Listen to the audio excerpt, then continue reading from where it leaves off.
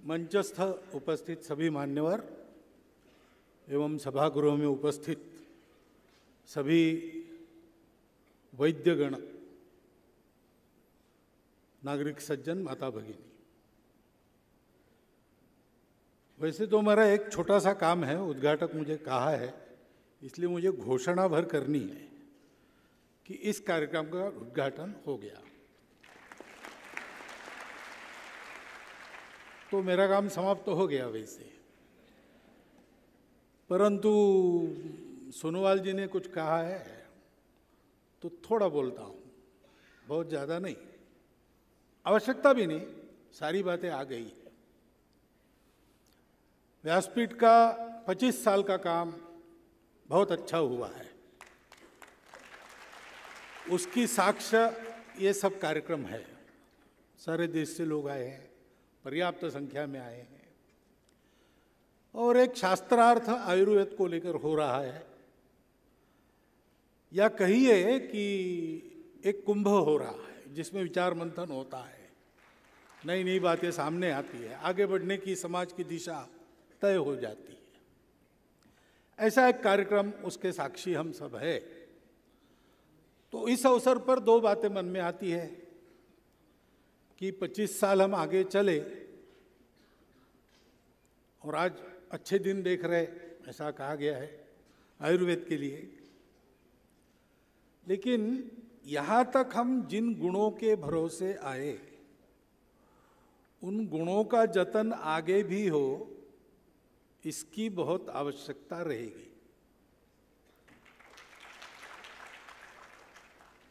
कौन से गुण वगैरह ज़्यादा आपको बताने का काम आपने किया है, इसलिए आपको पता है।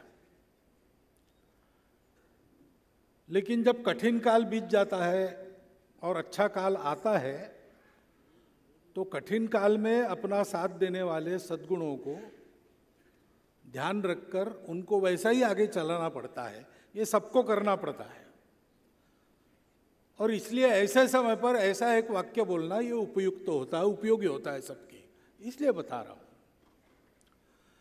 दूसरी एक बात मेरे मन में ऐसी आई, अभी सुनते सुनते ही आई, आयुर्वेद ऐसा कहा है,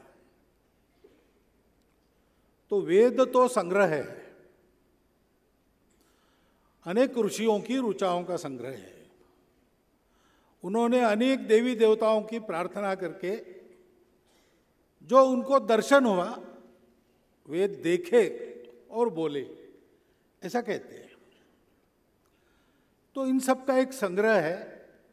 आज जितने वेद उपलब्ध है वो पूरे के पूरे अपने पास है, ऐसा यानी वो पूरे के पूरे है, लेकिन वो सब पूर्ण है ऐसा नहीं, कुछ लुप्त भी हुए हैं।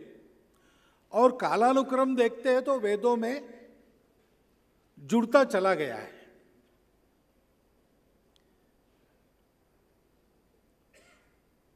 अब वेदों में और जुड़ेगा ऐसा तो हम नहीं मानते, ठीक है, लेकिन किसी भी शास्त्र की बात ऐसी नहीं रहती, उसका विकास होते रहता है। तो आयुर्वेद को समाज का आश्रय, राजाश्रय प्राप्त था, तब तक चिकित्सा करते हुए, अपने शास्त्र का विचार करते हुए उसको हम बढ़ाते रहे, और वो प्रक्रिया आक्रमण के काल में रुक गई। अब फिर से यह अवसर प्राप्त हुआ है कि हम शास्त्र के ज्ञान का विस्तार करें।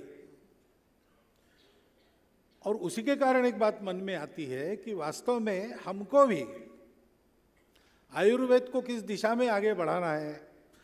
एक तो बात है कि सस्ती सुलभ चिकित्सा सबको उपलब्ध हो, और चिकित्सा लेने की बारी कम से कम आए, इतने सब लोग स्वस्थ रहे, ऐसा करना है तो आयुर्वेद के सिवाय दूसरा पर्याय नहीं है। इसका विचार केवल आयुर्वेद में होगा। परंतु साथ साथ और भी चिकित्साएं हैं दुनिया में। अब एलोपैथी लीजिए, तो गलत तो है नहीं। बीच के कालावधि में ये जो पैथियों के अहंकार, अपनी अपनी विशेषताओं के अहंकारों का जमाना था, उसमें ये पैथियों का भी अहंकार रहता था। वो नाटक एकच प्याला, मराठी बोलने वालों ने सुना होगा, देखा होगा या पढ़ा होगा। उसमें वो तळीराम नाम का एक पात्र है, पियक्कड़ है और आखिरी क्षण गिन रहा है अपने जिंदगी के, पड़ा है अचेतावस्था में, और इलाज करने के लिए बुलाते तो भागदौड़ में दो लोग जाते हैं, एक वैद्य को लेके आता है, एक डॉक्टर को लेके आता है।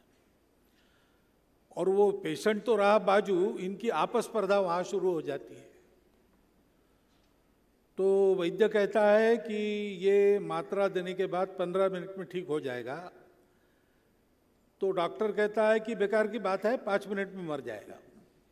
यानी चिकित्सा नहीं, वो पहले कब मरेगा, 5 मिनट के बाद कि 15 मिनट के बाद। ऐसा एक दृश्य उन्होंने एक विडंबन किया है, ये जो पैथियों के अहंकार है उस पर। तो सभी बातों में उपयोगी बात क्या है, शास्त्रीय बात क्या है,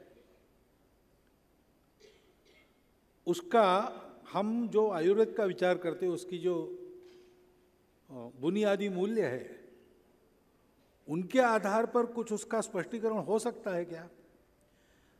अभी आधुनिक विज्ञान ये कोशिकाओं के स्तर पर जाकर विचार कर रहा है, तब यह बात ध्यान में आती है कि जैसा वेदों के बारे में कहते हैं वेदो अखिलम धर्म मूलम, वैसे शायद ऐसे हो सकता है आयुर्वेद अखिलम पैथी मूलम, ऐसा कहा जाए।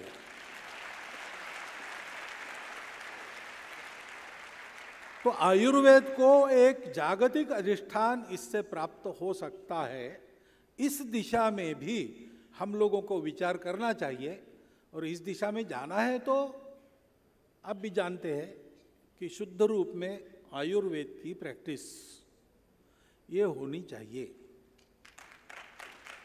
उसमें अन्य पैथियों का क्या उपयुक्त लेना, कैसा लेना, तभी हम कर सकते हैं। और ये करके भी आयुर्वेद रहेगा जब आयुर्वेद के मूल अधिष्ठान पर शुद्ध आयुर्वेद की प्रैक्टिस हम लोग करेंगे। और लोग ठीक होते जाएंगे तो फिर राजाश्रय पीछे पीछे चला आएगा, क्योंकि उसको आपको मांगना नहीं पड़ेगा। अगर दुनिया भर के लोग आयुर्वेद चाहिए करने लगेंगे तो वर्ल्ड हेल्थ ऑर्गेनाइजेशन से लेकर तो यहाँ की सरकार किसी की हो, वहाँ तक सब लोगों को उस आयुर्वेद को राजाश्रय प्राप्त करा देना पड़ेगा। तो नाभिषेको न संस्कारो सिंहस्य क्रियते वनैः विक्रमार्जित सप्तस्य स्वयमेव मृगेंद्रता, ये स्थान आयुर्वेद को प्राप्त करा देना 25 साल में एक व्यासपीठ जो अखिल भारतीय हो सकता है हमने खड़ा किया। अब आगे के 25 वर्षों में इस प्रकार का एक स्वयमेव मृगेंद्रता के रीति से आयुर्वेद का वैश्विक अधिष्ठान उत्पन्न करने के लिए आगे बढ़ना, ये संकल्प आप लोग अगर लेंगे इस अधिवेशन में तो आगे के 25 साल भी आपके परिश्रमों का एक सार्थक फल आप तो देखेंगे ही, लेकिन स्वास्थ्य की दृष्टि से सारी मानवता को और स्वत्व की दृष्टि से अपने हिंदुस्तान को, भारत देश को एक बहुत बड़ी उपलब्धि प्राप्त करा देने का श्रेय पुण्य आपके नसीब में आएगा। वैसा वो 25 साल के बाद आए, ये शुभकामना आज देता हूँ और मेरे शब्द समाप्त करता हूँ।